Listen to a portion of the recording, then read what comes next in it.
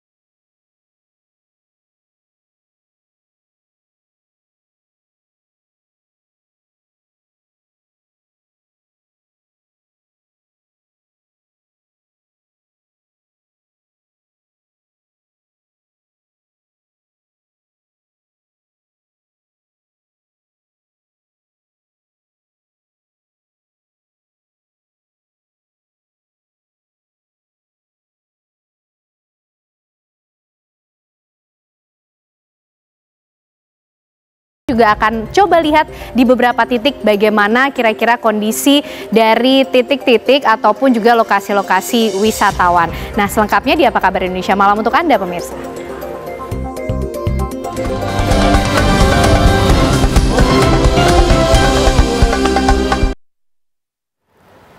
Pemirsa, hari kedua Lebaran, Prabowo Subianto kali kedua mengunjungi Presiden Joko Widodo di Istana Negara. Pertemuan penuh kehangatan dan kegembiraan mewarnai pertemuan dua keluarga. Menteri Pertahanan Republik Indonesia yang juga terpilih sebagai atau juga merupakan Presiden terpilih, Prabowo menyempatkan sarapan pagi bersama Presiden Jokowi. Kemudian Prabowo Subianto didampingi oleh putranya Didi Hedi Prasetyo dan Presiden Jokowi didampingi oleh Ibu Negara Iriana Joko Widodo, Kaisang Pangarep beserta istrinya Erina Gudono. Suasana nampak akrab, penuh kegembiraan dan juga ditutup dengan foto bersama.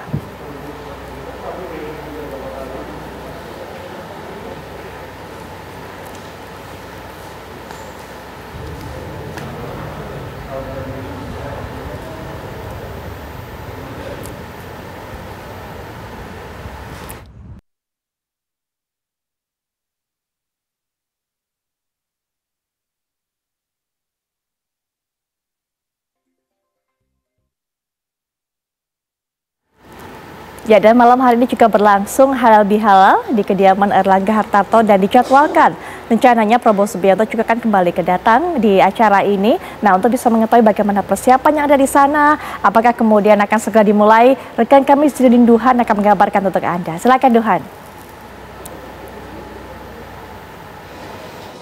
Ya, Putri dan juga pemirsa, benar sekali bahwa pada malam ini, tepatnya pada pukul 7 malam nanti, ini di kediaman Menko Bidang Perekonomian Erlangga Hartarto, ini menggelar halal bihalal atau open house ini yang memang nanti dijadwalkan ini Presiden terpilih Prabowo Subianto akan hadir setelah sebelumnya pada hari ini memang jadwalnya cukup padat. Prabowo melakukan safari silaturahmi ini dimulai dari yang pertama ini mengunjungi Ketua Dewan Pembina Partai Golkar Abu Rizal Bakri, lalu dilanjut ke Sufmi Dasko, lalu dilanjut juga ke Ketua Umum Partai PAN Zulkifli Hasan yang memang letak rumahnya ini tidak jauh dari kediaman Erlangga Hartarto. Ini masih berada di Komplek Menteri Widya Chandra, tepatnya di Widya Chandra 4, dan Erlangga Hartarto ini di Widya Chandra 3 nomor 6, yang mana ini kedatangan dari Prabowo Subianto memang masih dinantikan. Tadi selepas dari Sufmi Dasko memang sempat ada kabar bahwa Erlangga Hartarto Prabowo Subianto ini akan terlebih dahulu mengunjungi Erlangga Hartarto, namun diputuskan bahwa akan berkunjung terlebih dahulu ke Zulkifli Hasan dikarenakan juga memang acara inti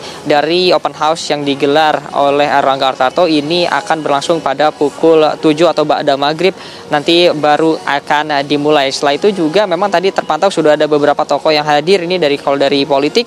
Ini tadi Riza Patria bersama keluarga ini sudah hadir ke rumah atau kediaman dari Menko Bidang Perekonomian Erlangga Hartarto. Lalu juga jika tokoh-tokoh publik, tadi kami pantau ini sudah ada Raffi Ahmad dan Nagita Slavina, dan juga jika kita melihat daftar yang ada di undangan, ini memang Erlangga mengundang jajaran menteri, terkhususnya juga memang menteri-menteri yang berada di bawah bidang perekonomian seperti Menteri Keuangan dan beberapa menteri lainnya. Tadi juga kami sempat melihat ada nama AHY di daftar undangan, dan beberapa menteri lainnya tentunya juga petinggi-petinggi dari Partai Golkar juga turut ada di dalam daftar undangan. Nah, selain itu juga selain dari undangan dari Erlangga Hartarto, juga ada undangan dari Ibu Yanti Erlangga selaku istri dari Erlangga Hartarto. Tadi kami sudah memantau ini rekan-rekan dari Ibu Yanti, yaitu dari Yayasan Warisan Budaya Indonesia, ini sudah hadir, ini baik desainer maupun sesama CEO yang berada dalam yayasan tersebut ini sudah mulai hadir. Nah, kami masih akan terus memantau bagaimana nantinya kehadiran dari Prabowo Subianto dan apakah nantinya akan ada perbincangan yang berbau politik atau tidak. Jika kemarin ini mengingat Erlangga Hartarto juga sudah bertemu dengan Prabowo di rumah kediaman Prabowo di Kertanegara saat melakukan open house. Untuk sementara itu informasi yang dapat kami sampaikan, saya kembalikan ke studio. Baik, terima kasih Zinedine Duhan mengabarkan langsung dari kediaman Erlangga Hartarto. Pemirsa, kondisi arus lalu lintas di Simpang Gadok Puncak mulai padat pada H+2 Lebaran. Pintu gerbang tol Gadok menuju Puncak Bogor pada hari kedua Lebaran terpantau dipadati kendaraan roda 4 hingga sore hari. Mengantisipasi kepadatan kendaraan di kawasan Puncak, pihak kepolisian daerah Jawa Barat menerapkan sistem ganjil genap dan one way atau buka tutup dari arah Puncak maupun sebaliknya. Sistem one way dan ganjil genap sudah diterapkan petugas mulai dari tanggal 6 April hingga 15 April 2024. Untuk sistem one way arah atas Puncak dimulai dari pukul 6 sampai 12 waktu Indonesia Barat dan arah turun menuju Jakarta pukul 12.30 waktu Indonesia Barat hingga 18 waktu Indonesia Barat.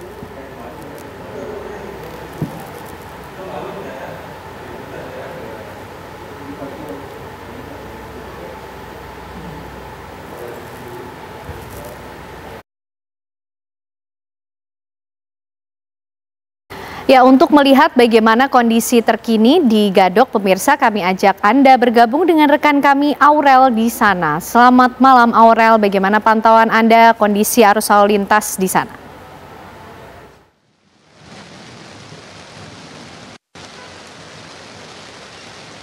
Ya, baik Ken, Ana, Putri Viola dan juga pemirsa, benar sekali sudah memasuki H+1 Lebaran, yang mana menurut pantauan kami di lokasi tempat kami mengabarkan saat ini, yaitu tepatnya di Simpang Gadok Puncak Jawa Timur, sudah terpantau dipenuhi oleh kendaraan, yang mana untuk kepadatan lalu lintas ini dikarenakan adanya masyarakat dari arah Jakarta menuju arah Puncak untuk melakukan wisata, dan juga para masyarakat lokal yang ingin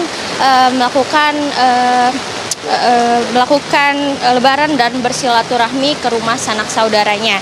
Sementara untuk mengantisipasi adanya kepadatan di arah Puncak ini, per hari ini pihak kepolisian daerah sudah menerapkan sistem one way dan juga ganjil genap, yang mana untuk sistem one way dan ganjil genap ini sudah diberlakukan sejak pagi tadi pukul 6 dan pukul 8 pagi waktu Indonesia Barat. Namun untuk sistem one way sore ini hingga malam nanti dari arah Puncak menuju Jakarta maupun sebaliknya itu berlangsung secara situasional, yang mana dikarenakan volume kendaraan dari arah Puncak ke Jakarta maupun arah sebaliknya masih dipadati oleh kendaraan. Nah, sementara pantauan situasi lalu lintas saat ini, malam ini di tempat kami mengabarkan sedang normal atau two way, baik dari arah Puncak maupun dari arah Jakarta. Untuk ganjil genap sendiri, pemirsa, sudah mulai dari tanggal 6 April 2024 hingga 15 April 2024. Sementara untuk puncak arus lalu lintas sendiri nantinya diprediksi akan hingga sampai 13 hingga 14 April 2024. Demikian, saya kembalikan ke studio. Terima kasih Aurelia Zafira mengabarkan dari Gadok. Kita lanjutkan ke informasi lainnya, pemirsa. Korban meninggal kecelakaan maut di kilometer 370 Tol Batang, Jawa Tengah sudah diperbolehkan diambil oleh pihak keluarga. Jajaran kepolisian dan pihak Rumah Sakit Islam Muhammadiyah Kendal, Jawa Tengah Ini pada hari ini telah mengidentifikasi korban tewas kecelakaan maut yang terjadi di kilometer 370 Tol Batang yang mengakibatkan 7 orang tewas dan belasan orang luka-luka. Sopir bus Rosalia Indah masih dirawat hingga saat ini. Untuk mendalami kecelakaan maut, pihak kepolisian masih melakukan pemeriksaan lebih lanjut.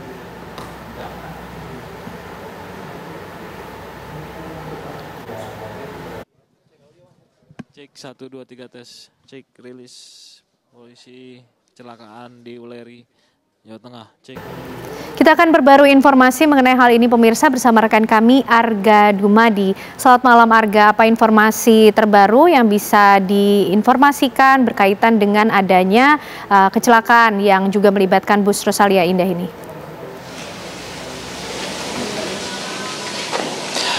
Ya, Ken Anda dan pemirsa, kami kabarkan kepada Anda bahwa di sore hari tadi dari pihak rumah sakit menginformasikan bahwa 3 dari 7 jenazah ini sudah disucikan dan terakhir tadi sudah ada 1 jenazah yang sudah diambil oleh pihak keluarga. Namun secara keseluruhan memang pihak rumah sakit menyatakan bahwa jenazah ini sudah dapat diambil semuanya oleh keluarga korban pada hari ini. Dan data terakhir yang kami dapatkan ada 16 orang ini yang mengalami luka-luka dan masih dirawat di Rumah Sakit Islam Muhammadiyah tempat saya mengabarkan saat ini, dan mereka mengalami luka yang bervariasi, yaitu luka ringan hingga kemudian juga ada yang mendapatkan luka berat pada bagian kepala dan memerlukan penanganan khusus. Informasi yang kami dapatkan, 7 orang yang meninggal, ini 4 diantaranya merupakan perempuan, dan 2 diantaranya ini merupakan anak berusia 1 tahun dan juga 3 tahun. Dan sedangkan 3 orang lainnya merupakan laki-laki, salah satunya adalah kernet dari bus Rosalia Indah yang mengalami kecelakaan di Tol 370 pada pukul 6.30 pagi tadi. Dan dari pihak kepolisian masih terus mendalami kecelakaan yang terjadi, dan hingga saat ini memang sopir ini juga masih dirawat, sehingga pihak kepolisian juga masih belum dapat menggali lebih jauh perihal kecelakaan yang terjadi. Namun informasi terakhir memang diduga kecelakaan terjadi karena sopir bus itu mengantuk sehingga menyebabkan microslip. Dan dari pihak Jasara Harja juga sempat menyatakan kepada pihak media bahwa untuk bus Rosalia Indah sendiri ini sudah dibawa ke exit tol dan sudah diamankan untuk dilakukan pemeriksaan lebih lanjut gitu. Untuk sementara demikian, kembali ke Jakarta. Arga, apakah pihak kepolisian kemudian juga sudah menetapkan siapa yang kemudian ditetapkan sebagai tersangka dalam peristiwa kecelakaan ini? Ya, Ken Anda dan pemirsa, hingga saat ini memang belum ada pihak yang ditetapkan sebagai tersangka. Sopir bus sendiri hingga saat ini juga masih ditetapkan sebagai saksi karena memang pihak kepolisian masih kesulitan untuk menggali lebih jauh, mengingat sopir bus ini juga masih dirawat di Rumah Sakit Islam Muhammadiyah Kendal ini tempat saya mengabarkan saat ini. Di rumah sakit mana saja kemudian yang digunakan untuk memberikan penanganan ataupun perawatan medis kepada korban? Ya, untuk rumah sakit yang dirujuk ini ada di satu lokasi tempat saya mengabarkan ini, yaitu Rumah Sakit Islam Muhammadiyah Kendal, di mana memang pada pagi hari tadi sebanyak 7 orang korban meninggal dunia. Kemudian juga awalnya ada 20 orang korban ini yang dirawat atau dibawa ke IGD rumah sakit ini. Namun setelah dilakukan pemeriksaan kepada seluruh korban, maka 4 korban ini dinyatakan sudah boleh untuk pulang, sehingga 16 korban sisanya masih dirawat di sini hingga saat ini. Terima kasih, Arga Dumadi mengabarkan dari Kendal, Jawa Tengah. Pemirsa, untuk mempercepat proses identifikasi, sebanyak 11 jenazah korban laka lantas kilometer 58 Tol Jakarta Cikampek dipindahkan ke Rumah Sakit Polri Kramat Jati, Jakarta Timur. Tim Disaster Victim Identification sempat terkendala untuk mengidentifikasi korban karena luka bakar 90 hingga 100%, sehingga kondisi korban yang sulit dikenali. Dengan peralatan yang lebih lengkap, 1 orang korban kecelakaan di kilometer 58 Tol Jakarta Cikampek telah teridentifikasi. Korban merupakan warga Bogor, Jawa Barat, berusia 22 tahun.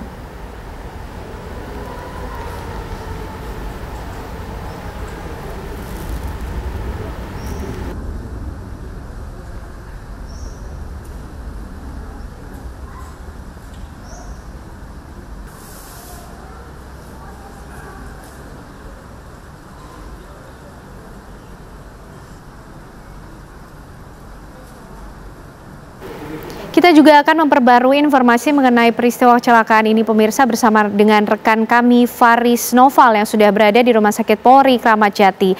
Faris, adakah informasi terbaru berkaitan dengan penanganan dari para korban?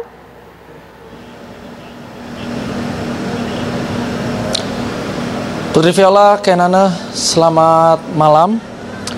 Senin 8 April 2024 kemarin kita harus mendengarkan kabar duka yang datang dari ruas tol Jakarta Cikampek kilometer 58 tepatnya pukul 7 pagi waktu Indonesia Barat. Kecelakaan beruntun antara sebuah minibus dan juga bus PO antar kota yang menewaskan 12 orang, meninggal dunia 7 laki-laki dan 5 wanita yang kini masih dalam proses pengidentifikasian karena kondisinya yang saat ditemukan dalam kondisi terbakar serius 90 hingga 100% menurut informasi dari pihak Rumah Sakit Polri Kramat Jati. Dan dari 12 korban meninggal dunia, 7 laki-laki dan 5 wanita, polisi telah mengungkap identitas salah satu jenazah, yakni memakai metodologi rekam medis gigi atau odontologi. Dan ia adalah perempuan berusia 22 tahun asal Bogor berinisial NG yang telah dipulangkan kembali ke pihak keluarga.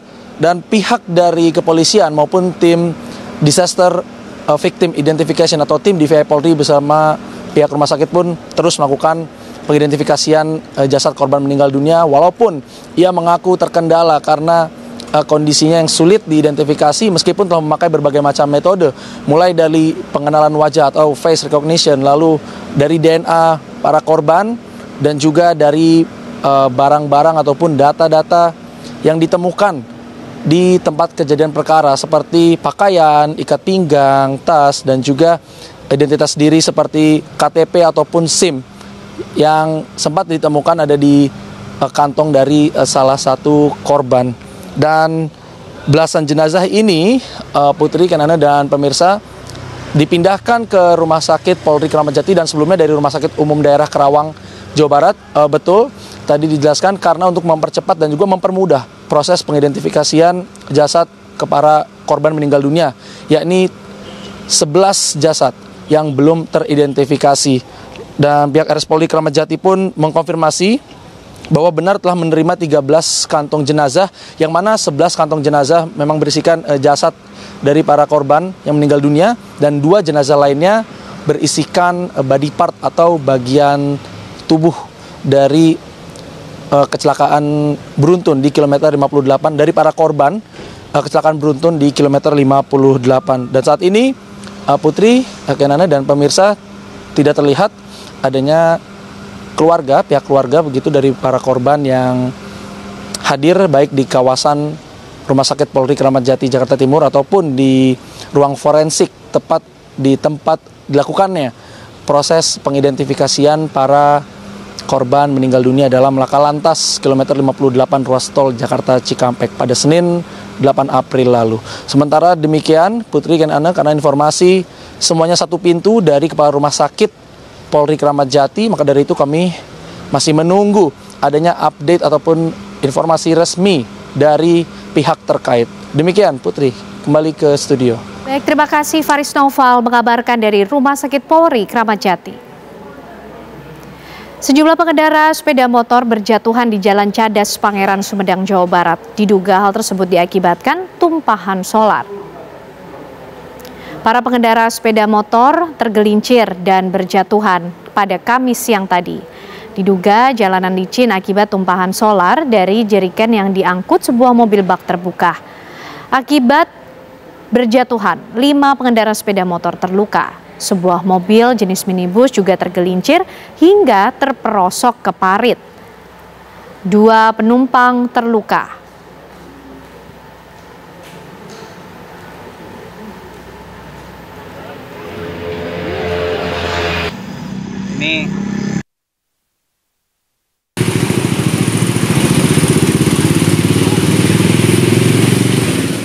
Diduga tidak berhati-hati, sebuah mobil tertabrak kereta api di perlintasan tanpa palang pintu di Brebes, Jawa Tengah. Sebuah mobil Daihatsu Terios berplat nomor DK1186FPB hancur usai tertabrak kereta api Airlangga CC201839 tujuan Jakarta Surabaya di Desa Kluwut, Kecamatan Bulakamba, Kabupaten Brebes, Jawa Tengah. Akibat kecelakaan tersebut, 2 penumpang mobil tewas yakni ibu dan anak. Sumnya 62 tahun meninggal di lokasi kejadian dan anaknya Kamelia 33 tahun meninggal saat dibawa ke rumah sakit. Keduanya merupakan warga setempat. Sementara pengemudi mobil Wandi 45 tahun yang merupakan anak dari korban Sumnya hanya mengalami luka ringan. Korban tewas langsung dievakuasi di ruang jenazah Rumah Sakit Bakti Asi Brebes dan RSUD Brebes. Menurut warga, perlintasan tersebut biasanya dijaga sejumlah warga. Namun saat kejadian tidak ada warga yang menutup perlintasan karena tengah berlebaran. Kasus kecelakaan ini ditangani Satuan Lalu Lintas Polres Brebes.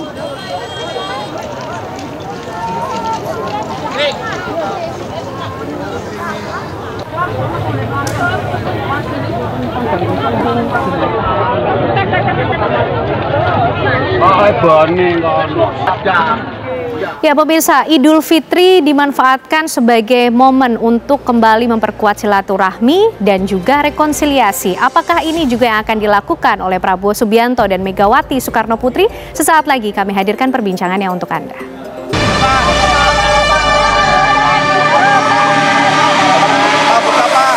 Ya, tadi saya mendampingi ibu ketika menerima Mas Rosan. Tidak ada. Jadi ini murni silaturahim.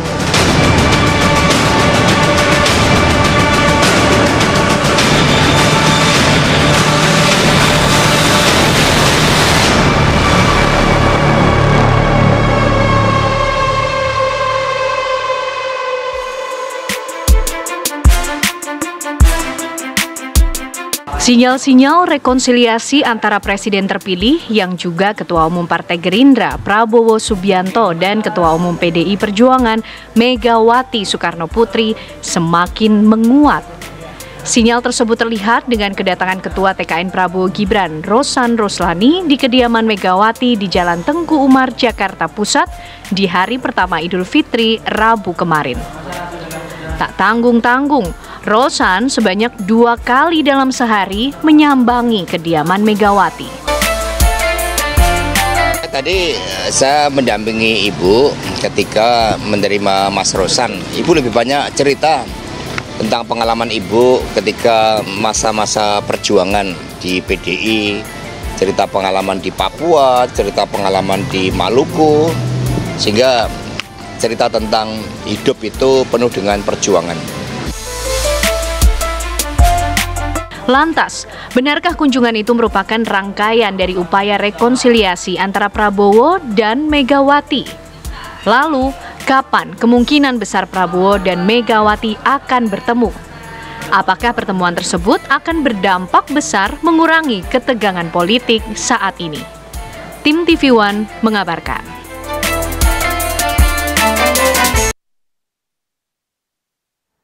Anda sudah lihat momen penting yang menjadi dasar dari dialog kami malam hari ini. Tapi sebelumnya saya punya pantun yang akan saya bacakan untuk Anda. Burung nuri burung dara, terbang tinggi di atas awan. Selamat Idul Fitri wahai saudara, semoga silaturahmi dapat kita tingkatkan. Kalau saya harus baca contekan, tapi yang di samping saya nggak perlu baca contekan. Saya sengaja siapkan pantun untuk bisa menyambut kehadiran dari Ustadz Taifukur Rahman ataupun juga Ustadz Pantun. Assalamualaikum warahmatullahi wabarakatuh. Selamat malam Pak Ustadz. Waalaikumsalam warahmatullahi wabarakatuh. Alhamdulillah. Bagaimana lebarannya Pak Ustadz? Alhamdulillah barokah karena betul-betul paling enak makan sop jamur sebelum makan baca Bismillahirrahmanirrahim. Kalau kita pada mau panjang umur, yuk jalin terus silaturahim. Cakep. Pokoknya Ustadz Taifukur Rahman. Nah, selain ke Ustadz Pantun yang bersama kita nanti Ustadz bisa berikan pandangan, bisa berikan juga tausiah kepada masyarakat bagaimana kemudian pentingnya silaturahmi sebagai salah satu hal penting untuk mempererat hubungan hubungan ukhuwah Islamiyah, hubungan sekali. antara sama umat Muslim juga di momen Lebaran ini, Pak Ustadz. Tapi juga kita tidak hanya menyoroti dari sudut tersebut, tapi juga dari sudut ataupun juga kacamata politik. Sudah hadir pengamat politik Mas Agung Baskoro yang juga nanti mungkin akan menerka, juga bisa memprediksi kira-kira kapan Pak Prabowo bertemu dengan Ibu Megawati Soekarno Putri. Assalamualaikum warahmatullahi wabarakatuh, Mas Agung. Kita ganggu momen lebarannya nggak apa-apa ya? Aman. Nah, ini yang menarik kalau biasanya yang datang ke ruangan Apa Kabar Indonesia malam ini adalah tokoh-tokoh politik ataupun juga mungkin pemuka agama seperti Pak Ustadz, tapi ini spesial. Di momen spesial ini juga saya punya tamu yang spesial yang nanti kita akan tunggu juga apa pandangannya dari seorang komika, Bang Jui Purwoto. Selamat malam, Assalamualaikum warahmatullahi wabarakatuh, Bang Jui. Bisa saya berdiri, sekarang saya duduk ya. Bukan stand up komedi lagi namanya. Bukan, ya kan? Sit down komedi. Baik, nah ini juga di luar ataupun juga secara daring sudah terhubung kita dengan juru bicara dari Pak Prabowo Subianto, ada Bang Dhanil Ansar Simanjuntak. Assalamualaikum warahmatullahi wabarakatuh, Bang Dhanil, selamat malam. Waalaikumsalam Mbak Putri, Assalamualaikum semuanya juga. Mohon maaf lahir batin. Mohon maaf lahir batin, Bang Dhanil. Dan juga nanti akan bergabung juga mewakili PDI Perjuangan, yaitu ada Mas Aryo Seno Bagaskoro. Tapi sepertinya masih belum terhubung hingga saat ini. Sepertinya sudah. Mbak. Assalamualaikum warahmatullahi wabarakatuh. Mas Aryo Seno, selamat malam. Waalaikumsalam warahmatullahi wabarakatuh. Mohon maaf lahir batin. Mohon maaf lahir batin, Mas Seno. Baik, kita akan mulai dari Bang Dhanil, mungkin bisa cerita. Ini kan yang kita tahu Pak Rosan sudah datang ke acara open house Ibu Megawati. Yang pasti memang kami pahami dari sudut normatifnya adalah datang bersilaturahmi. Tapi ada nggak sebenarnya pesan-pesan yang dibawa oleh Pak Rosan ini ketika bertemu dengan Ibu Megawati? Tentunya pesannya dari Pak Prabowo. Bang Dhanil, silakan. Iya, Mbak Putri, sepanjang sepengetahuan kami ya, Mas Rosan adalah sahabat baik dengan Bu Puan Maharani. Artinya beliau banyak juga berkomunikasi dan berdiskusi dengan Mbak Puan. Jadi apalagi juga kemudian Bu Megawati adalah tokoh bangsa. Jadi hal yang wajar kalau kemudian pada momentum Lebaran berkunjung ke Ibu Megawati. Secara spesifik saya tidak bisa menjelaskan juga apakah ada tugas khusus yang bisa dilakukan oleh Pak Rosan, tapi apa yang silaturahim yang dilakukan oleh Pak Rosan tentu adalah bagian dari frame penting atau bingkai penting dari visi politik. Bang Dhanil, mohon maaf, sepertinya suaranya terputus, kami tidak bisa mendengar tiba-tiba. Bang Dhanil, mohon maaf, kita perbaiki terlebih dahulu audionya. Tapi sambil kita menunggu untuk terhubung kembali dengan Bang Dhanil, Mas Seno. Bang Dhanil, maaf, kita akan coba lagi hubungi Bang Dhanil. Sepertinya terpencet tombol mute-nya, mungkin bisa dinyalakan kembali. Semangat, mungkin. Ya, Bang Dhanil. Halo. Ya, Bang Dhanil, silakan dilanjutkan. Tadi sempat terputus. Tadi terakhir adalah Bang Dhanil mengatakan tidak tahu apakah kemudian ada pesan-pesan khusus yang disampaikan oleh Pak Rosan dalam kehadirannya tadi. Halo. Ya, Bang Dhanil. Halo. Bang Dhanil. Halo.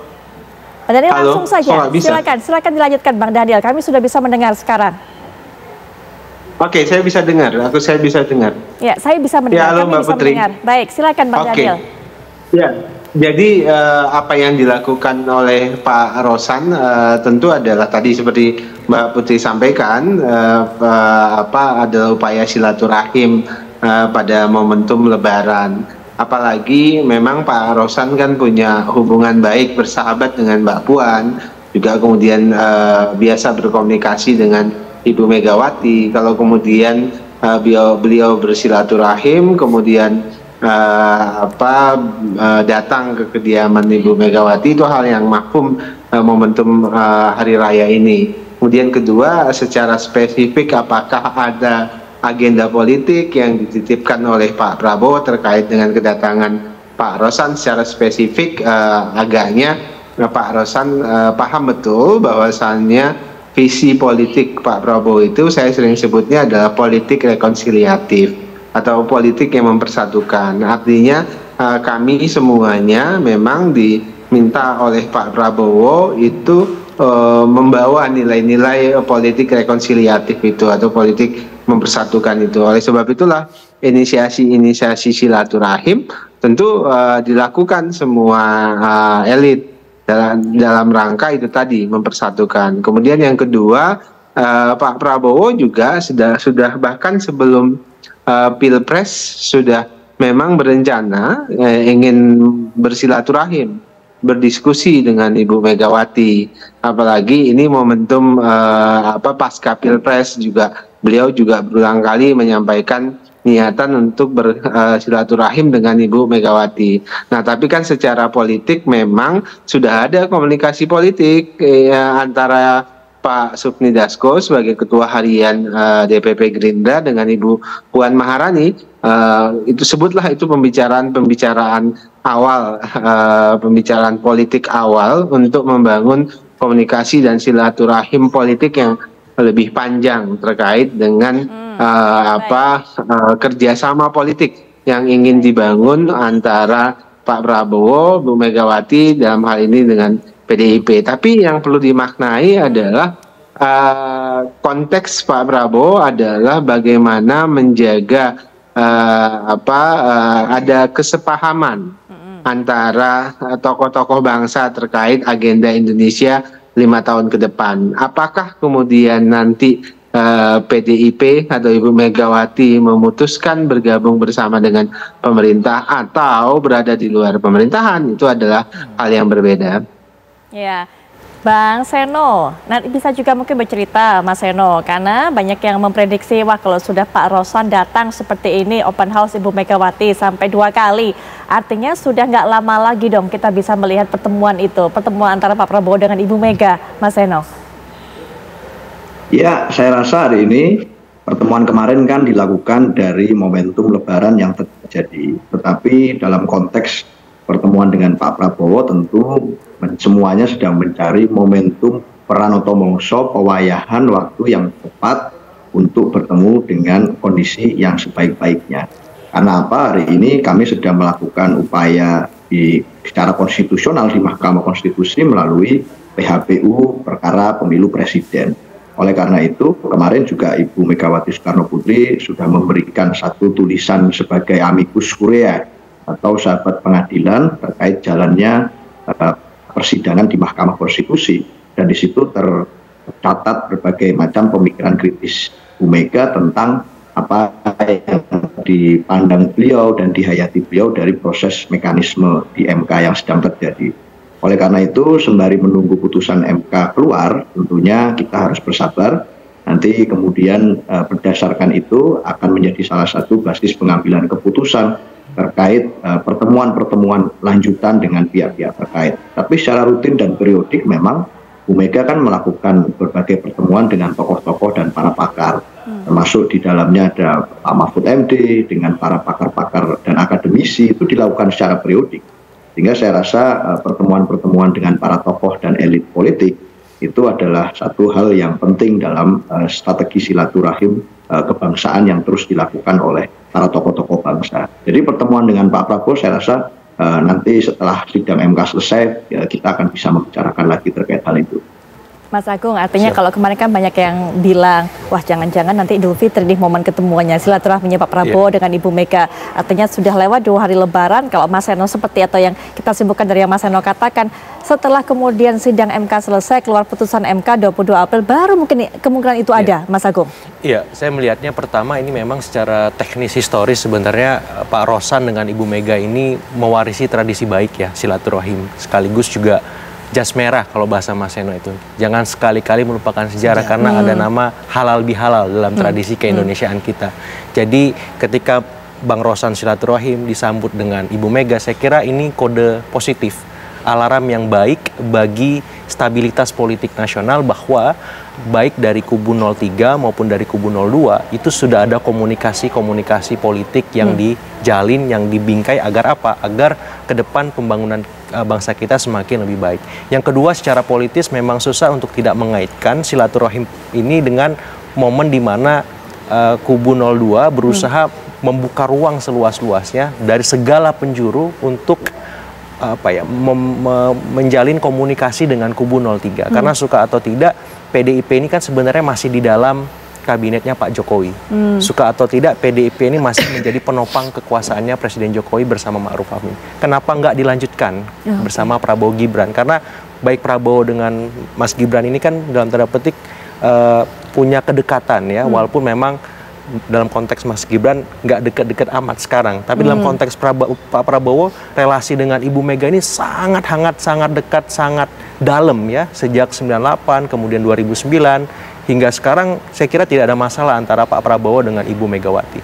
Nah, yang ketiga, secara sosiologis saya melihat bahwa ini pesan yang baik kepada publik, bahwa elit-elit bangsa kita memang sejauh ini cukup bijak ya menyikapi kompetisi, bahwa setelah Pilpres ada yang menang, ada yang kalah, setelah Pilpres ada yang bersengketa di MK, dan itu semua wajar dalam konteks elektoral politik, sehingga ini pesan yang positif, hal yang baik yang saya kira ke depan perlu terus ditradisikan, bahwa setelah kompetisi selesai kita harus kembali bersama, kembali guyup sebagai sesama anak bangsa. Saya kira tiga hal itu yang menjadi kerangka penting untuk membaca arahan pertemuan antara Bang Rosan dengan Ibu Megawati. Dan saya kira mungkin setelah putusan MK keluar, sepertinya pertemuan antara Ibu Mega dengan Pak Prabowo tinggal menghitung hari, seperti itu Mbak Putri. Oke, saya yakin pasti Bang Jui punya pandangan dari sudut pandang yang berbeda nih. Kalau dua tokoh ini ketemu, mewakili masyarakat juga gimana, apa dinantikan, tapi nanti Bang Jui, kita juga akan mendengarkan bagaimana Pak Ustadz ini mendalami makna silaturahmi di momen Lebaran ini, setelah jeda berikut ini.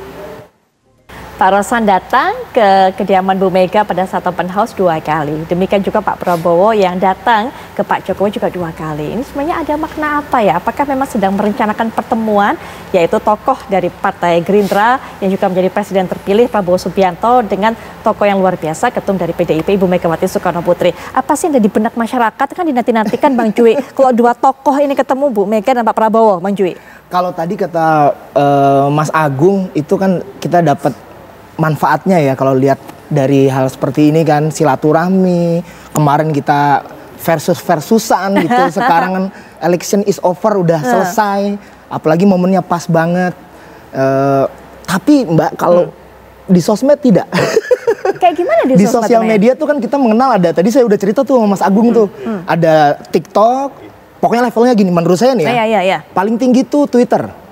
Ini level intelektualitas orang pengguna Twitter tuh dalam hal objektivitas ya. Jadi kalau ada debat di sana selalu mengacu pada objektivitas. Oke, kenapa? Karena Twitter tingkat literasinya tinggi. Karena kita mau nge-tweet harus mikir dulu kan, ngetik kan. Gitu. Kalimat yang bermain di situ. Nah, yang kedua itu Instagram. Ada gambar, ada tulisan. Nah, yang paling bawah TikTok, Mbak. Soalnya? Karena TikTok pure gambar. Pure gambar. Jadi orang pengguna TikTok tuh apa ya, kalau debat memang gontok-gontokan gitu Mbak. Ini contoh nih misalnya yang tadi ada fenomena seperti ini. Ini salah satu contoh nih, bukan saya yang posting ya. Bukan saya yang posting. Mungkin ada yang bilang, tapi pada umumnya sih bilang seperti itu. Oh, meskipun 02 menang, tapi kan legislatif PDIP banyak. Gitu. Jadi gimana biar nanti ke depannya selamat? Ada yang bilang ingin mengurangi oposisi. Gitu. Jadi gimana itu Pak Ustadz ya, kalau ada silaturahmi, ada udang di balik batu, apakah itu bisa dibilang silaturahmi? Gak enak udang di balik batu, udang di balik rempeyek enak, di balik batu gak enak. Di balik batu gak enak. Itu tuh yang saya mau tanyakan Pak Ustadz. Pertama, bahasa agama sejak 14 abad tahun yang lalu sampai Rasul menyebutkan al-jama'ah rahmatun wal furqa azabun.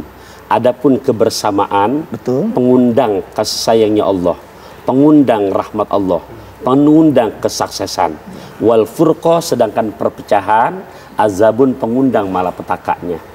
Ya, mudah-mudahan dengan momen Syawal ya atau Idul Fitri ini, kalau bahasa pantun saya, makan lesehan ke Margonda, naik kendaraan pada pukul 3.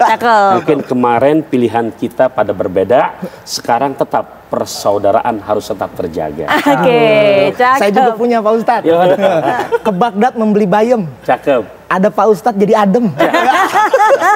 Saya mikirnya dari tadi tuh Mbak. Baru dapat di sini nih.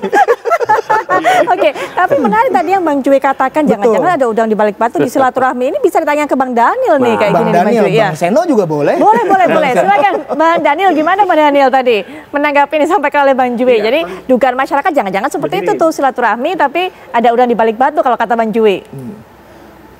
Iya, kalau politisi kan suka disangka macam-macam begitu. Semua laku, semua tindakannya pasti ditafsirkan macam-macam. Ada kepentingan di balik itu semuanya. Padahal kadang-kadang nggak begitu juga. Kadang-kadang mau ketemu ya mau ngobrol, mau sharing. Misalnya saya ketemu dengan Seno nanti ngopi, nggak ada. Mau lebih akrab saja.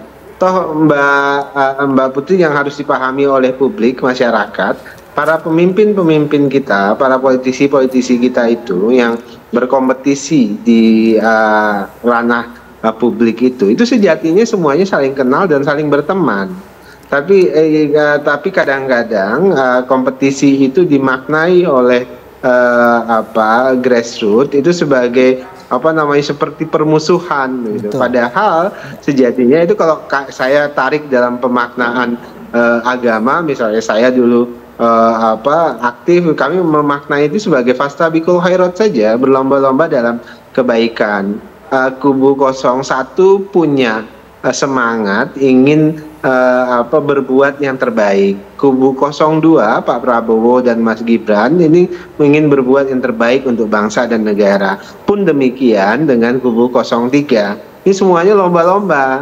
Mana yang kemudian diterima oleh publik, nah itulah yang kemudian nanti mengelola pemerintahan. Nah, kalau kemudian nanti ada yang ingin melakukan check and balances di luar, ya, sebutlah itu dalam rangka amar ma'ruf nahi mungkar, untuk saling mengingatkan, atau ta'awanu alal birri wa taqwa wa ta'awanu alal ismi wa udwan misalnya, ya itu bisa dilakukan. Artinya kita mau konsep Pak Prabowo itu ya politik itu harus tolong menolong, ta'awun tadi istilah saya itu politik ta'awun. Nah, silaturahim itu tadi kan saya sebutkan, ketika Pak Prabowo ketemu dengan Ibu Megawati itu tidak selalu maknanya Pak Prabowo dan Bu Megawati buat kesepakatan kemudian nanti bersama-sama ada di dalam pemerintahan. Bisa juga konteks normatifnya adalah Pak Prabowo dan Ibu Megawati misalnya membangun mutual understanding,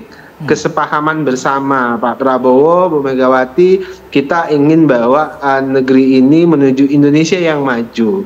Nah, tapi kami tidak ada di dalam pemerintahan. Misalnya Bu Megawati bilang begitu, atau sebaliknya Bu Megawati sampaikan setelah diajak Pak Prabowo, misalnya kita sama-sama dalam pemerintahan. Silakan. Yang jelas bagi Pak Prabowo dan Partai Gerindra misalnya, kita ingin dorong bagaimana Indonesia itu bisa lebih akseleratif 5 tahun ke depan, tapi tidak sampai merusak persatuan kita sebagai bangsa dan negara. Begitu Mbak Putri.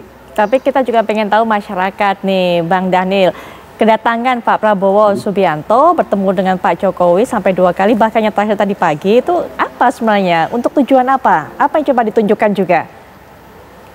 Pertama, Pak Prabowo diundang Pak Jokowi untuk makan pagi atau sarapan tadi pagi. Kemudian kedua ya tentu kan sekarang ini Pak Prabowo intens sekali berkomunikasi dengan Pak Jokowi dalam rangka berbagi pandangan lah, atau istilahnya itu ya Pak Prabowo sedang mengikuti coaching klinik sebagai presiden begitu. Jadi banyak sharing yang disampaikan oleh Pak Jokowi terkait dengan tugas-tugas sebagai presiden, berbagai permasalahannya dan sebagainya.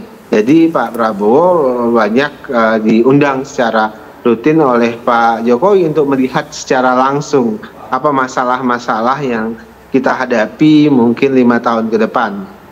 Itu yang selalu dilakukan Pak Jokowi dan diterima oleh Pak Prabowo hari ini. Kemudian kedua juga Pak Prabowo sebenarnya berkomunikasi juga dengan Pak SBY untuk bicara, misalnya sharing dengan Pak SBY apa yang menjadi tantangan ketika Pak SBY dulu menjadi presiden. Jadi ada transfer of knowledge begitu, atau transfer of experience atau pengalaman yang sudah dilalui oleh Pak SBY pun demikian, bisa jadi ketika nanti bersilaturahim dan bertemu serta berdiskusi dengan Ibu Megawati. Jadi ini kan masalah intensitas saja. Kebetulan Pak Prabowo berada di kabinet Pak Jokowi sehingga intensitasnya tentu lebih tinggi, apalagi Pak Jokowi pada hari ini Presiden Republik Indonesia. Baik, pertanyaan Bang Ju jadi udah kejawab tadi. Silaturahmi apakah ada udang di balik batu? Jadi nanti tugasnya di medsos Bang Ju yang menjelaskan kepada para netizen. Nanti saya ngejelasin, Mbak. Saya mewakili TV One buat gitu. Ya, tapi Mas Eno juga mungkin punya pandangan mengenai hal ini. Kalau nanti Bu Mega bertemu dengan Pak Prabowo, apakah kemudian ada jaminan bahwa memang masih akan ada tetap berada di luar pemerintahan ini, PDIP ini, karena memang menguasai legislatif, Mas Eno? Ya, kalau bicara pertemuan Pak Rosan kemarin di kediaman Ibu, nggak ada udang di balik batunya, Pak. Yang ada itu soto, bakso, dan kemarin kita jadi sajian makanan untuk para tamu yang hadir gitu. Karena ya memang itu pure momentum Lebaran, dan Ibu kan mengundang sahabat-sahabat, mengundang kader-kader seperjuangan yang kemudian rutin berdiskusi tentang kelangsungan demokrasi kita ke depan. Jadi biasa saja. Saya rasa dalam pertemuan itu pun juga tidak ada pembahasan spesifik mengenai pesan atau pertemuan lanjutan secara politis dengan Pak Prabowo. Yang ada adalah cerita-cerita tentang politik sebagai instrumen kehidupan yang penting untuk mengelola kehidupan bersama. Bu Mega malah banyak cerita pengalaman beliau sebagai pernah menjadi anak presiden, lalu sempat keluar dari istana dan menjadi ibu rumah tangga, kemudian kembali lagi menjadi salah satu tokoh politik perempuan yang paling berpengaruh pada waktu itu, dan kemudian melawan Orde Baru, menjadi presiden, menjadi wakil presiden, dan juga mengantarkan presiden sampai 2 periode saat menjadi ketua umum partai dan melakukan pelembagaan partai secara menyeluruh. Nah, pengalaman itu dan pengalaman Ibu yang berkeliling dari Sabang sampai Merauke, dari perjalanan panjang itulah yang banyak diceritakan oleh Ibu Mega kepada Pak Rosan. Di kursi atau di meja itu kan ada beberapa tokoh yang bergabung. Ada Pak Arifin Tasrif, ada Pak Abdullah Aswar Anas, ada Pak Hasto Kristianto, ada Mbak Puan, dan Pak Rosan dan Bu Mega sendiri. Jadi ya pertemuan penuh semangat kebangsaan. Maka kemudian pada saat nanti misalnya ada terjadi pertemuan antara Ibu Mega dan Pak Prabowo, saya rasa beliau berdua adalah tokoh-tokoh bangsa yang sudah banyak mengalami arus sejarah, dan artinya pembahasannya akan banyak berorientasi pada spirit kebangsaan. Terkait dengan politik elektoral, saya rasa sekali lagi basis pengambilan keputusannya adalah tentu pasca MK menetapkan keputusan, dan sikap partai untuk kemudian menentukan berada di dalam atau di luar pemerintahan tidak bisa serta-merta. Itu harus dilalui melalui mekanisme internal partai yang harus terjadi melalui kongres. Jadi masih panjang, Pak, untuk pengambilan sikap itu. Jadi saya rasa sebelum ada kongres, ya tidak bisa diputuskan apakah kemudian akan ada di dalam atau di luar pemerintahan secara definitif. Saya rasa itu. Baik, Mas Agung, menurut Mas Agung sendiri apakah kemudian pertemuan antara Pak Jokowi dengan Pak Prabowo hanya sebatas sharing, coaching, berbagi pengalaman, atau sudah ada omong-omongan sebenarnya nanti Pak kalau bertemu Bu Megawati termasuk jembatani saya untuk nanti bertemu dengan Ibu Mega. Kira-kira menurut Mas Agung, tapi setelah jeda kita akan bahas mengenai hal ini saat lagi. Kita lanjutkan perbincangan di Apa Kabar Indonesia Malam kali ini yang hadir di momen spesial, momen Lebaran Hari Raya Idul Fitri. Mas Agung, ini mengenai masalah tetap silaturahmi dan sebagainya. Saat ini kan sepertinya terputus nih silaturahmi antara Pak Jokowi dengan Ibu Megawati. Akankah kemudian rencana pertemuan Pak Prabowo dengan Ibu Mega bisa menjembatani hal itu? Ya, sangat mungkin ya, karena kalau melihat Pak Rosan ini kan suka atau tidak, dia masih juga sebagai duta besar Amerika di satu sisi dia ketua tim kampanye nasional Prabowo Gibran. Jadi ketika dia hadir, saya kira dia sebagai political messenger, membawa pesan dari Pak Prabowo sekaligus juga menjadi orangnya Jokowi di sana saat bertemu Ibu Megawati. Jadi ketika nanti Pak Prabowo dan Ibu Mega ketemu, bukan tidak mungkin ini akan berlanjut kepada Pak Jokowi. Walaupun untuk sampai ke Pak Jokowi ini mungkin bahasa Mas Eno nanti butuh waktu yang panjang seperti pengambilan keputusan Kongres lagi. Karena untuk berkoalisi kan tadi panjang. Apalagi ini untuk menjalin komunikasi ulang dengan Pak Jokowi seperti itu. Jadi saya melihat kemungkinan itu ada walaupun membutuhkan waktu yang lebih lama lagi dibanding ketika bertemu dengan Pak Prabowo.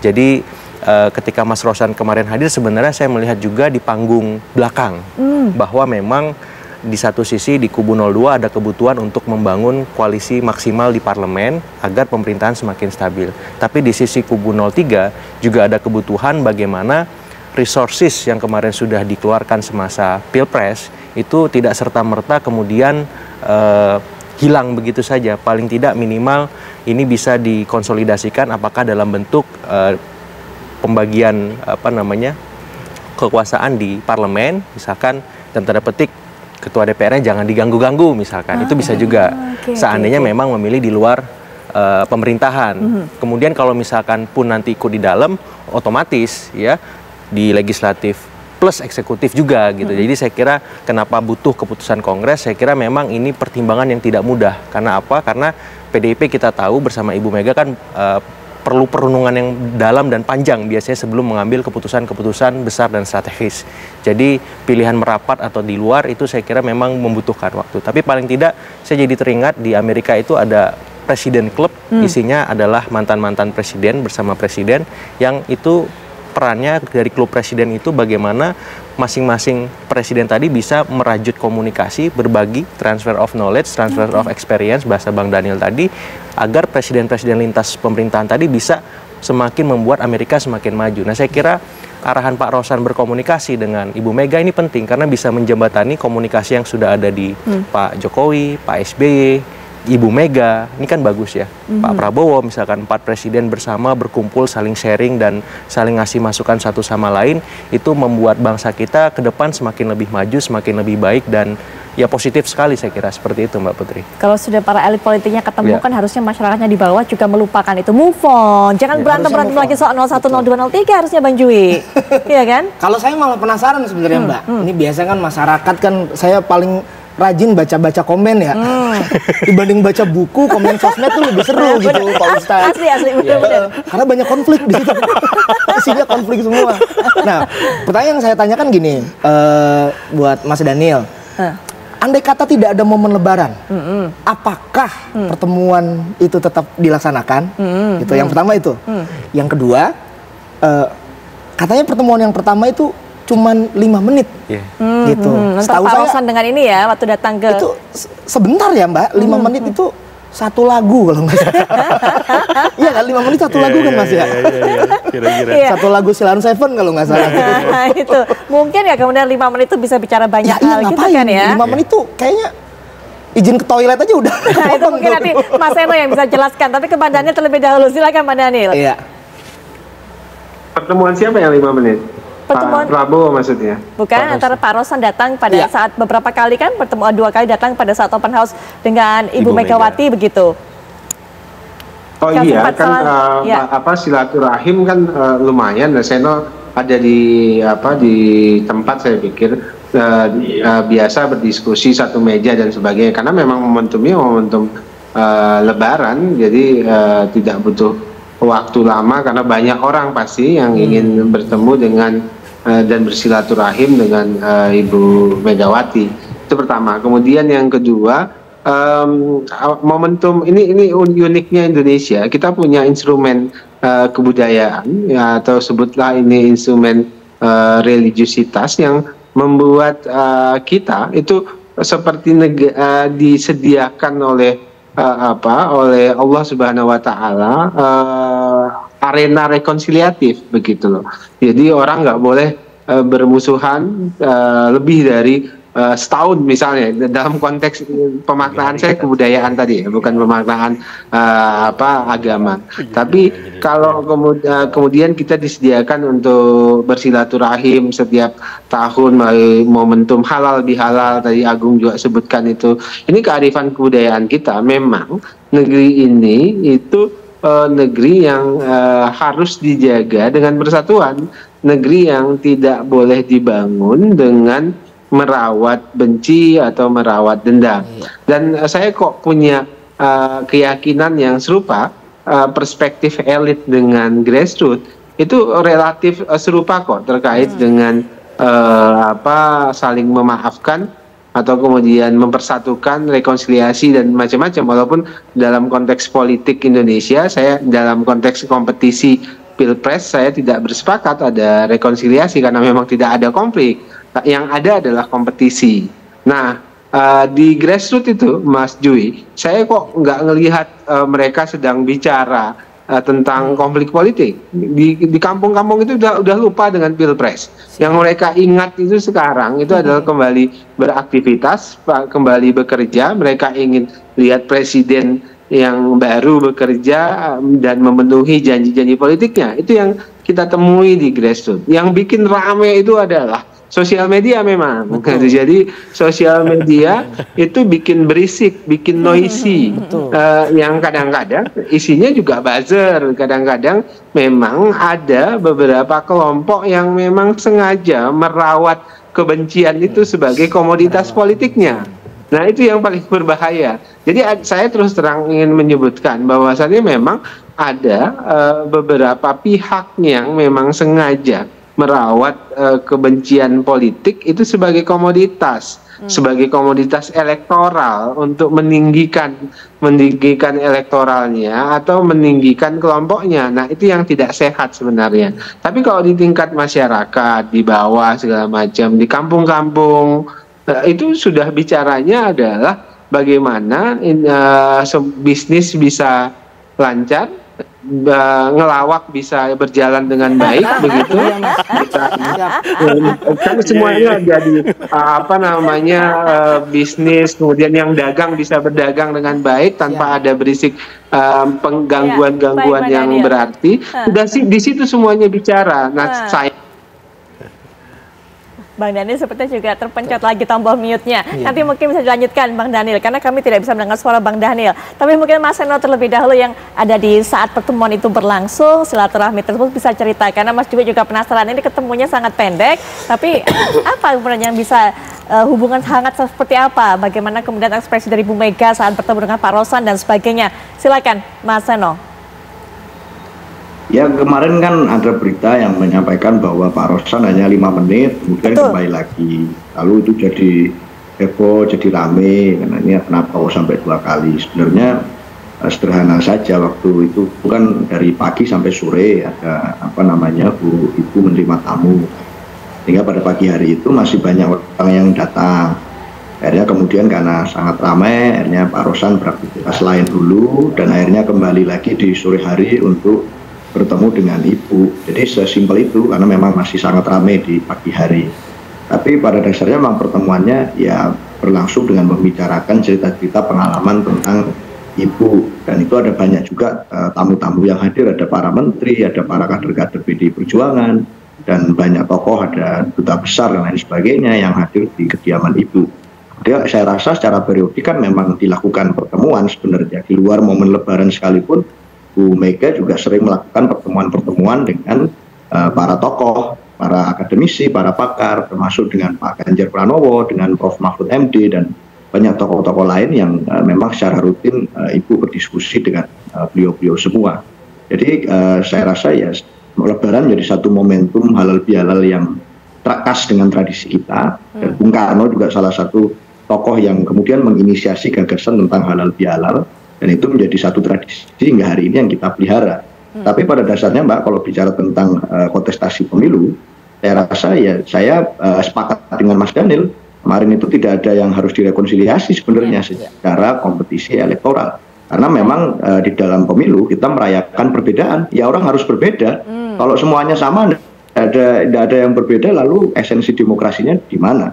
Maka saya rasa memang pemilu itu adalah sarana yang tepat untuk merayakan perbedaan itu. Sehingga tidak ada, kalau bicara tentang persoalan personal antara kami dengan Pak Prabowo misalnya, yang terjadi hingga hari ini. Jadi tidak ada rekonsiliasi secara personal.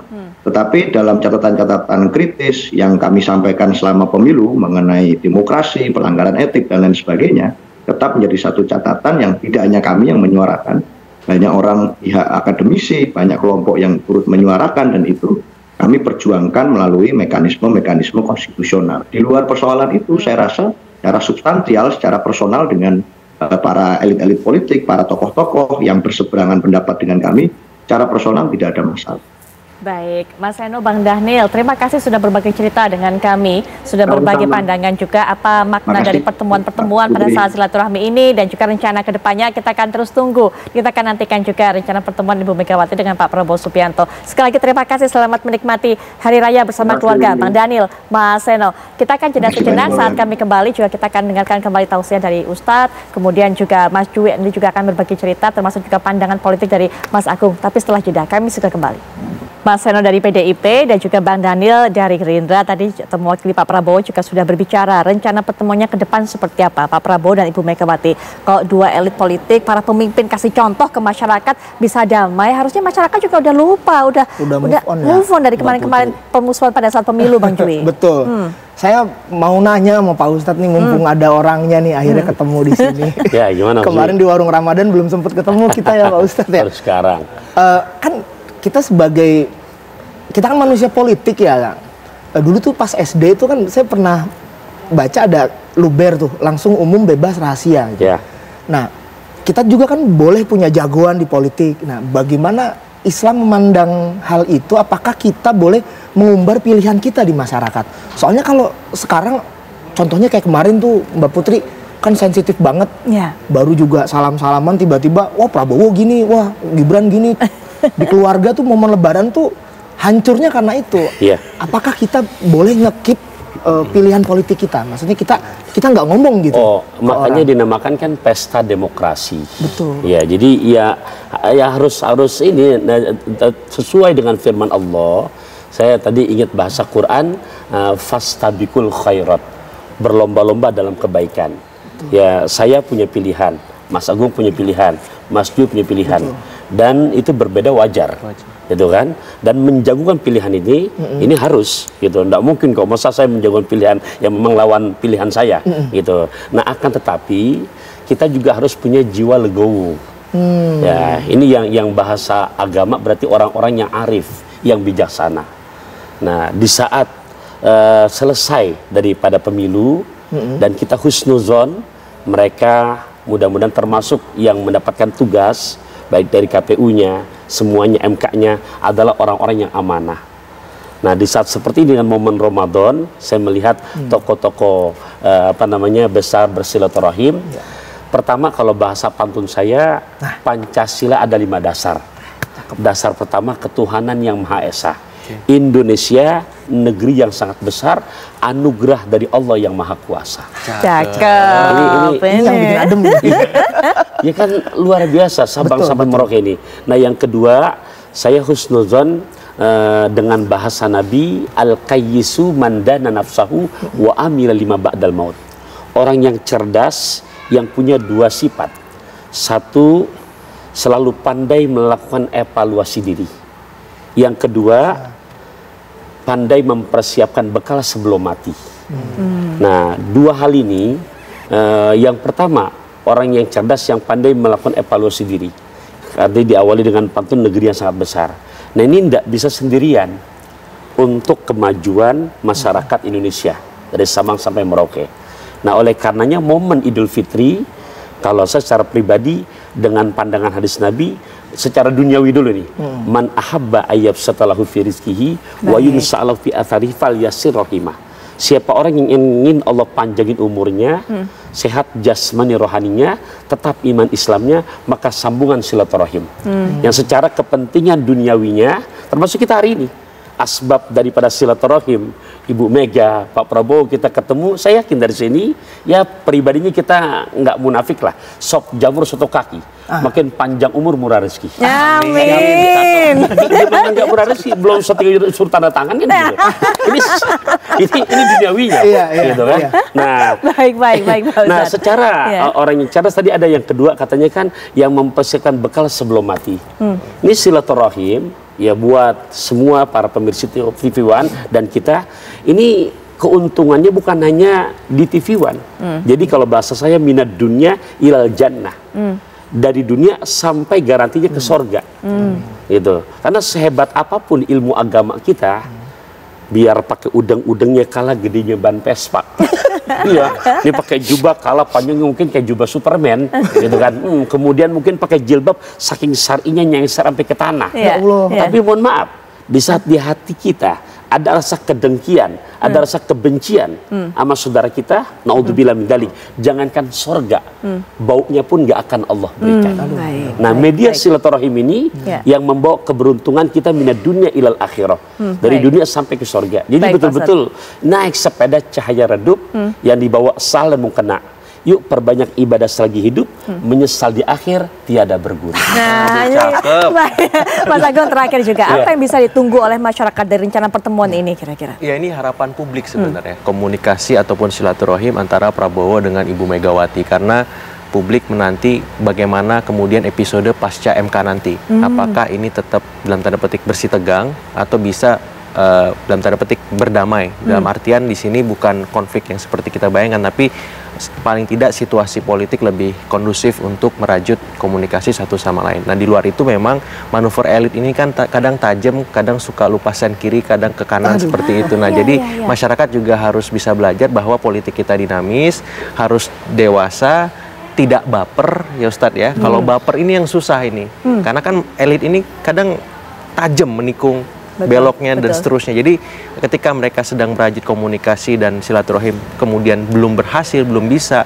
nah di bawah ini ya dewasa aja, bahwa setelah Pilpres, setelah MK ya kita harus move on, bahasa Mas Jui tadi, kita harus melanjutkan hidup, kita harus berkarya untuk bangsa, dan harapannya bangsa kita bisa lebih maju dan tidak ada ketergantungan dengan politik terlalu berlebihan, bahaya juga.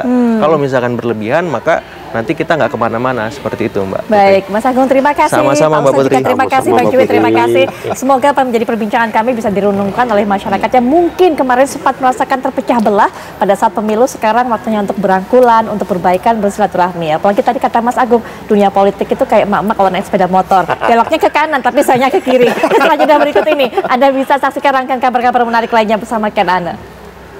Anda masih menyaksikan Apa Kabar Indonesia Malam. Pemirsa, 7 orang tewas dalam kecelakaan tunggal bus PO Rosalia Indah yang terguling di ruas tol Semarang-Batang kilometer 370 di Kendal, Jawa Tengah, Kamis pagi. Arus lalu lintas di ruas tol Batang-Semarang sempat macet panjang usai kecelakaan menimpa bus berpenumpang puluhan orang ini. Kabid Humas Polda Jawa Tengah, Kombes Satake Bayu menyebut kecelakaan terjadi pukul 6:35 waktu Indonesia Barat.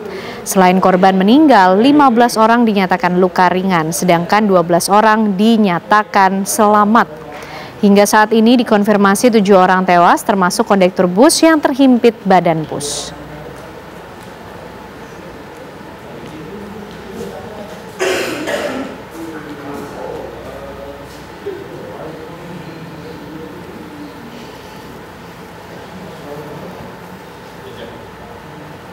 Jalan tol Bocimi, Bogor, Ciawi, Sukabumi telah dibuka untuk umum dengan pemberlakuan satu arah. Kontraflow dari arah Jakarta menuju eksit tol Parungkuda mengakibatkan kepadatan. Pemberlakuan kontraflow imbas dari longsor yang menimbulkan lubang besar di bahu jalan kilometer 64 sehingga jalan diperlakukan satu arah Sukabumi menuju Jakarta. Kini perbaikan temporer sedang dikerjakan pihak pengelola jalan tol. Untuk kendaraan yang akan melintas tol Bocimi, Ubi, meliputi kendaraan golongan 1 menuju pintu tol Parungkuda dengan waktu hingga pukul 17 sore setiap harinya sampai waktu yang ditentukan.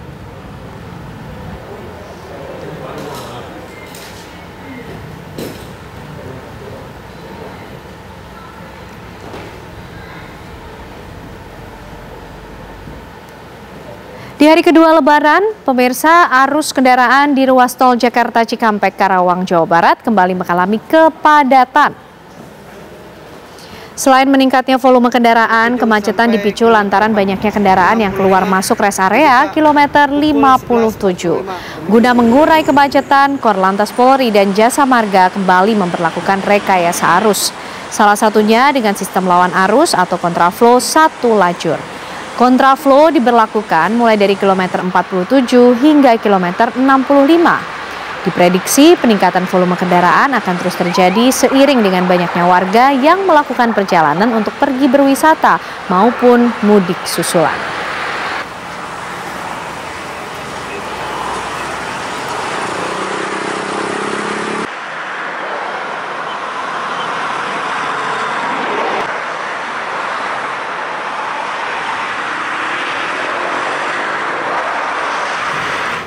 Kepadatan juga terjadi di kilometer 180 jalur tol Cipali, Kabupaten Majalengka, Jawa Barat.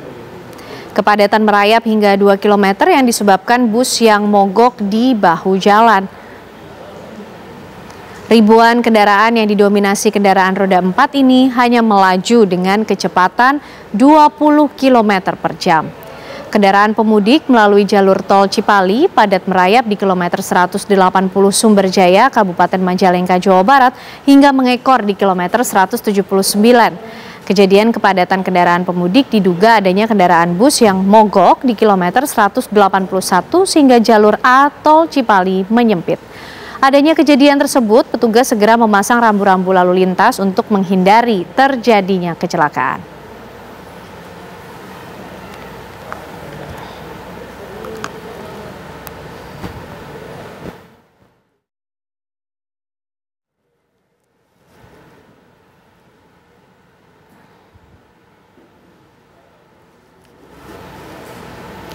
Kami ajak Anda pemirsa untuk bisa memantau bagaimana kondisi arus lalu lintas di 2 titik, yaitu di Cikampek Utama dan juga di Nagrek bersama rekan-rekan kami yang sudah siap mengabarkan untuk Anda. Kita menuju ke Cikampek Utama. Terlebih dahulu ada Hilda Ramadanti di sana. Hilda, bagaimana pantauan Anda malam hari ini? Apakah terjadi kepadatan lalu lintas di sana?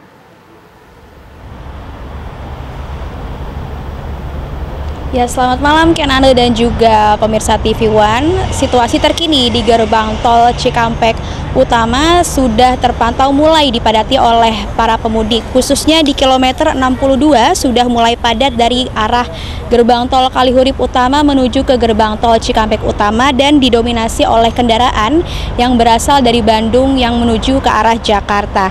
Lalu dari H-7 hingga H+1 Hari Raya Idul Fitri, Jasa Marga juga sudah mencatat sebanyak 1,5 juta kendaraan meninggalkan Jabotabek.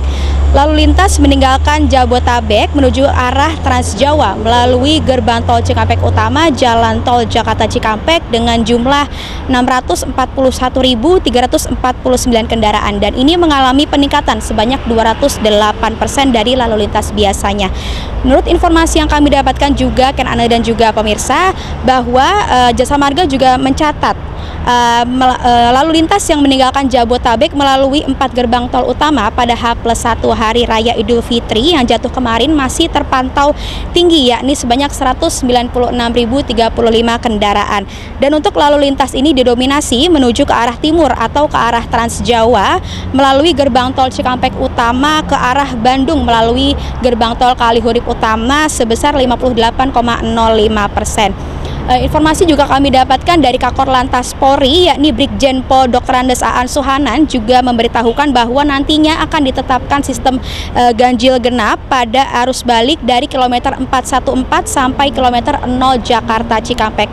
Sebagai informasi tambahannya juga pemirsa, pengelola Jasa Marga juga sempat memberikan potongan tol sebanyak 20% untuk periode arus balik yang nanti akan ada pada hari Rabu tanggal 17 April 2024 mendatang pada pukul 5 pagi waktu Indonesia Barat sampai dengan hari Jumat tanggal 19 April 2024 mendatang pada pukul 5 pagi waktu Indonesia Barat. Dan untuk potongan tarif tol ini berlaku untuk perjalanan di Jalan Trans Jawa dari Semarang menuju Jakarta dan hanya untuk gerbang tol Kalikangkung menuju ke gerbang tol Cikatama atau Cikampek Utama. Dan hanya berlaku untuk sistem pembayaran dengan menggunakan kartu elektronik. Jasa Marga juga menghimbau kepada masyarakat bahwa untuk tidak melakukan perjalanan di jam-jam favorit seperti di pagi ataupun di malam hari karena untuk mengatasi padatnya kendaraan. Sekian, kembali ke studio Kenana. Baik, itu pantauan dari Cikampek Utama oleh Hilda Ramadanti. Kita beralih ke Zinka yang ada di Nagrek. Zinka, kalau di Nagrek seperti apa? Apakah kondisinya sama, mulai terjadi kepadatan juga di sana? Ya, Kenana dan juga pemirsa, di jalur Nagrek saat ini juga kami sudah memantau terlihat kepadatan yang dimulai dari Cagak Nagrek hingga ke Pasar Lewo di Garut. Dan memang jika Anda bisa melihat kaca Anda pemirsa, ini terjadi hujan cukup ringan, namun ini juga bisa menjadi salah satu penghambat para pemudik yang hendak melakukan perjalanan ke Garut ataupun Tasikmalaya, karena memang diketahui dominasi kendaraan pada malam hari ini adalah dari arah Bandung menuju ke Garut dan juga Tasikmalaya. Dan jika kami pantau sejak siang hingga ke sore hari tadi, kepadatan di beberapa titik yang sudah menjadi rawan kemacetan terjadi seperti di Pasar Limbangan, kemudian di pertigaan Bandrek, dan juga di sebelum Malangbong. Dan memang di hari raya kedua ini biasanya terjadi kepadatan akibat arus silaturahmi atau jika kami bisa deskripsikan adalah masyarakat lokal yang hendak melakukan perjalanan untuk mengunjungi ke sanak saudaranya yang berada di area sekitar Garut, Tasikmalaya maupun dari Bandung. Dan pemirsa, sebelumnya memang sejak pagi hari tadi pihak kepolisian Polres Garut setelah menerapkan sistem one way, rekayasa lalu lintas one way yang diterapkan di beberapa titik seperti di jalur Limbangan, kemudian di jalur Taragong, kemudian juga di Kadungora. Dan memang biasanya one way ini diterapkan selama 30 menit sekali, dan juga jika bisa kami katakan sempat dilaksanakannya juga buka tutup jalan di jalur Kadungora, di mana memang terlihat cukup kepadatan dan dialihkan menuju ke jalan alternatif dari arah Bandung menuju ke Garut dan juga Tasikmalaya. Dan jika Anda pemirsa ingin melakukan perjalanan ke arah Garut dari Bandung, kami sampaikan untuk terus berhati-hati karena jalanan di Garut ini cukup licin, sehingga terus pastikan keselamatan Anda. Sementara demikian, Ken Anda kembali ke studio. Terima kasih Zinka Naila dari Nagrek, dan sebelumnya Hilda Ramadanti dari Cikampek Utama. Selamat kembali bertugas teman-teman.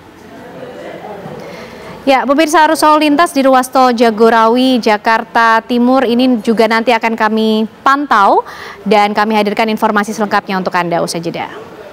Pemirsa, Keraton Yogyakarta kembali menggelar tradisi Grebek Syawal dengan mengarak 5 gunungan. Tahun ini terdapat penambahan 1 titik pembagian gunungan, yakni di Dalem Mangkubumen. Iring-iringan pawai pasukan Keraton Yogyakarta mewarnai datangnya 1 Syawal dengan mengarak 6 gunungan.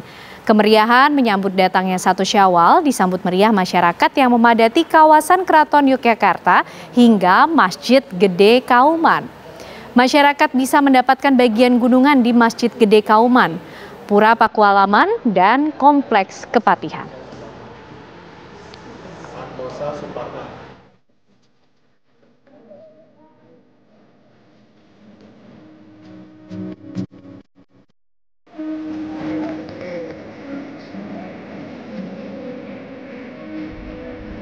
Ya, kita coba lihat bagaimana situasi di Yogyakarta yang nampaknya juga menjadi salah satu destinasi wisata favorit bersama rekan kami Santosa Suparman di sana. Santosa, selamat malam. Bagaimana pantauan kondisi di Yogyakarta? Apakah ini sudah dipenuhi, diramaikan oleh para wisatawan di sana? Ya, selamat malam Kenana dan pemirsa dari kawasan Malioboro. Dapat kami kabarkan bahwa suasana di kawasan Malioboro, di Jalan Malioboro dan di sepanjang trotoar Malioboro saat ini dipenuhi oleh ribuan pengunjung wisatawan yang menikmati liburan Lebaran pada hari kedua malam hari ini. Dan nampaknya belum lengkap rasanya bila di Yogyakarta belum berkunjung nongkrong jalan-jalan di kawasan Malioboro. Dan saat ini selain di trotoar yang dipenuhi oleh para pengunjung, di Jalan Malioboro sendiri juga dipenuhi oleh arus lalu lintas yang sudah mulai padat sejak dari Jalan Mataram sampai dengan di kawasan Jalan Malioboro seperti ini. Nah, inilah arus lalu lintas di Jalan Malioboro yang sudah penuh. Kemudian ini situasi seperti ini dimulai dari Jalan Mataram, kemudian melingkar di Jalan Abu Bakar Ali, kemudian di Jalan Malioboro dipenuhi oleh kendaraan bermotor dan sebagian besar adalah kendaraan dari luar kota. Sehingga bagi pengunjung yang ingin menikmati wisata Andong agak sedikit tersendat karena arus lalu lintas yang padat merayap tersebut. Sehingga yang biasanya suatu putaran itu hanya sekitar 30 menit. Namun saat ini karena macet, banyak kendaraan bermotor, mobil yang ada di kawasan Malioboro, sehingga arus kendaraan ataupun andong yang membawa wisatawan menikmati suasana malam di Malioboro pun sedikit terganggu. Sementara itu di kawasan trotoar juga dipenuhi oleh warga masyarakat yang nongkrong di kawasan Malioboro ini, baik itu di trotoar di sisi sebelah barat jalan maupun di sebelah timur jalan. Sebagian dari para pengunjung ini menikmati suasana di kawasan Malioboro. Dan selain itu juga nongkrong duduk santai di sepanjang trotoar Malioboro dan juga berbelanja di kawasan teras Malioboro yang ada 2 tempat belanja oleh-oleh untuk wisatawan. Jadi di sisi selatan adalah teras Malioboro 1, di sisi utara adalah teras Malioboro 2 untuk berbelanja baik itu untuk makanan-makanan khas Jakarta, baju batik, kaos dan lain sebagainya. Sehingga malam hari ini situasi Malioboro penuh sesak. Dan hal ini diperkirakan akan terjadi sampai nanti pada hari Minggu.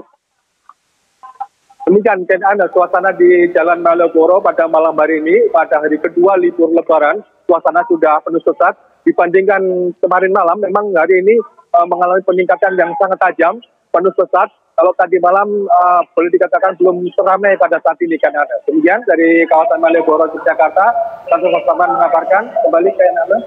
Wah, meriah sekali di Malioboro, Yogyakarta. Terima kasih Santosa Suparman atas informasinya.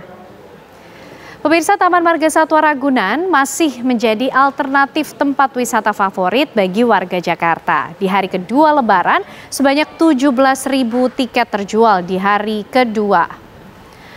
Pengunjung Taman Marga Satwa Ragunan, Pasar Minggu, Jakarta Selatan pada Kamis siang masih terus berdatangan.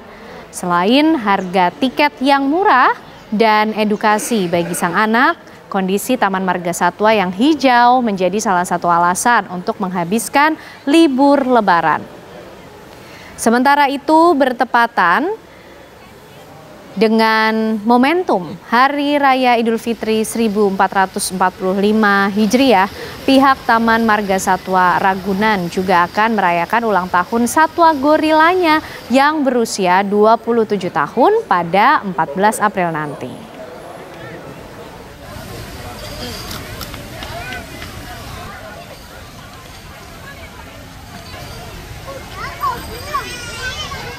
Hari kedua Lebaran, wisata Taman Impian Jaya Ancol Jakarta pun sesak dipenuhi masyarakat yang menikmati libur Lebaran 1445 Hijriah. Taman wisata Impian Jaya Ancol ini menjadi alternatif bagi masyarakat untuk berwisata di kala libur Lebaran.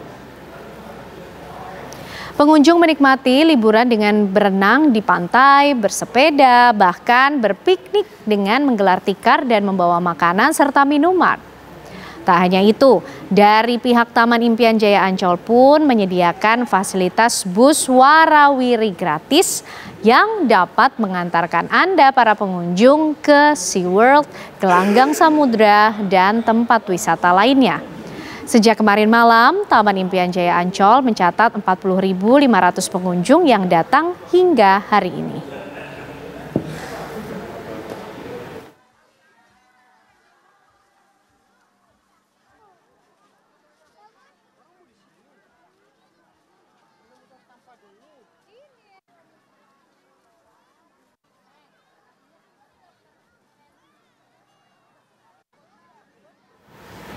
Ya, kita beralih ke informasi lain pemirsa. Di hari Idul Fitri, Israel membunuh 3 anak dan 4 cucu pemimpin Hamas, Ismail Haniyeh.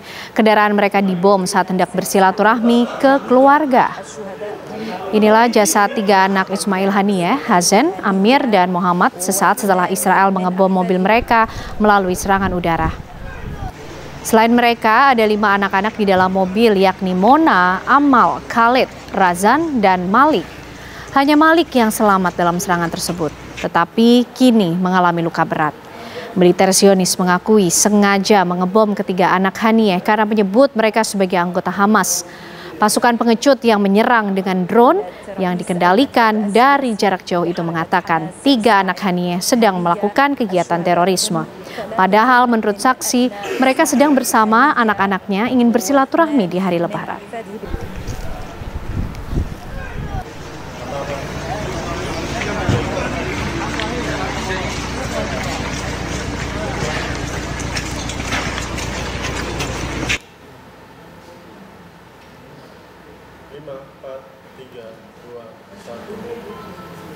Informasi tersebut pemirsa menutup kebersamaan kita di Apa Kabar Indonesia malam ini. Betul sekali Ken Ana, terima kasih pemirsa Anda sudah menemani kami juga tentunya di Apa Kabar Indonesia malam ini sambil merayakan Hari Idul Fitri tapi juga Lebaran hari kedua. Akhir kata saya Putri Viola. Dan saya Ken Ana serta teman-teman yang bertugas pamit. Terima kasih, selamat malam, sampai jumpa.